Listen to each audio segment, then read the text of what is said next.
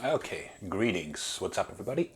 This will be a video about nutrition, okay? That seems to be a huge topic. Oh, I need a haircut, but man, this lockdown, there's no hairdressers.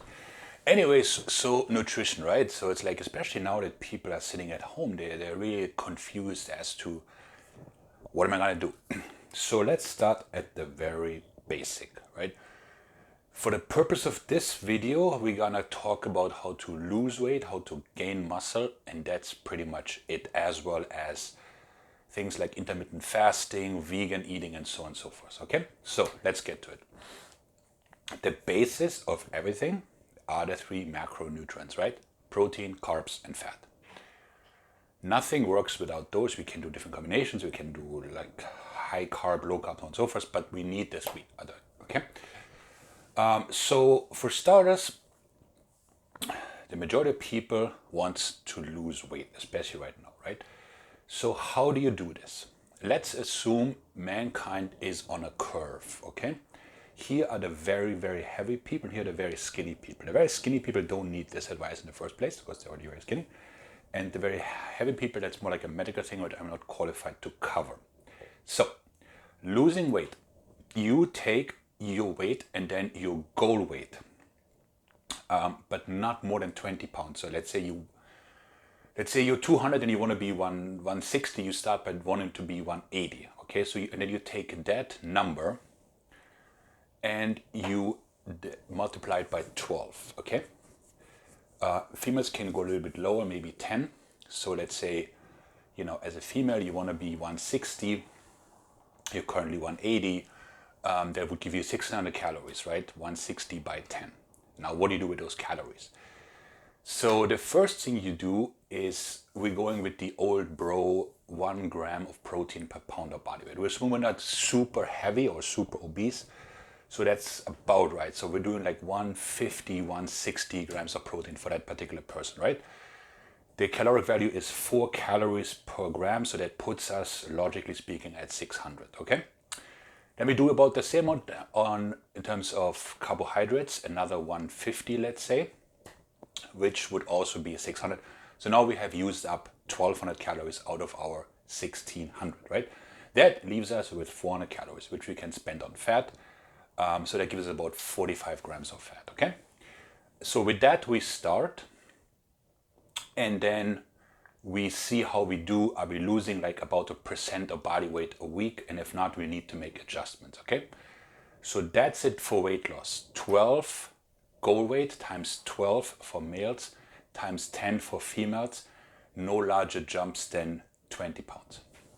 Now, if you're one of the few people who wants to get bigger, so let's say you're 200 pounds and you wish to be 260, you start with 220, right? As a male, you would take that figure by 15. Females like maybe 12 or 13. If you live in a civilized part of the planet, then you obviously, that number goes by kilos, which means you double it, right? So would be by 30. So 200 pounds, let's say, times 15 gives you 3000 calories, right? Once again, we're using 1 gram of protein. When bulking, you do not need more than 1 gram of protein. It's not gonna make any bigger. So 200 grams, right, is 800 calories. Then carbohydrates, now we have more leeway. We can go higher, we can start them at 1.5. So that would be 300 grams, which would be about 1200 calories, right? And then we still have so much room for fats. We can do the carbs even higher. We can go 2 grams per pound of body weight, and then still be left with about 600 calories for the fats, which is about 70 grams, okay? So bulking goes by times 15, times 13. The carbohydrates go higher, so do the fats, but the protein stays at 1 gram. So carbohydrates and fats are the two variables you can play with when trying to gain or lose weight, okay? Carbohydrates are the natural thing to cut, even though I'm not a huge low carb fan. I prefer the fats a bit lower. So in an extreme scenario, I would not go lower than protein 1 gram, carbohydrates 0.6, 0.7, and the fats 0.5. That'd be the lowest I'd go, What about all the other stuff, intermittent fasting and so on? So to summarize it, none of this really matters. It's the calorie intake that matters. So intermittent fasting, if you are a smaller athlete and you only have, let's say, 1500 calories, it might be beneficial to only eat for 5-6 hours.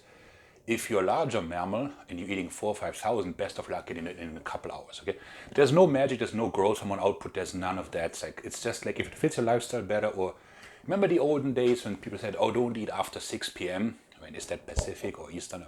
But it killed TV snacking, right? So people stopped eating nachos in front of the TV, and lo and behold, they lost weight. Okay, so if that's for you, more power to you.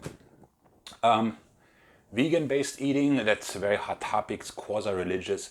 The short answer is all of us should eat more plants, for sure, myself included. But eating only plants is not going to make you a better athlete, okay? But that being said, especially now with the quarantine, I have to really force myself to eat fruit and vegetables because it just doesn't come natural because of my limited ways of motion. Keto diet, that's a cult. Sorry, it's just whenever somebody says never eat X or only do this, like I'm German, trust me, I know cults, okay? Whenever somebody shows up and says you can never do this or only do this, then it's like, eh.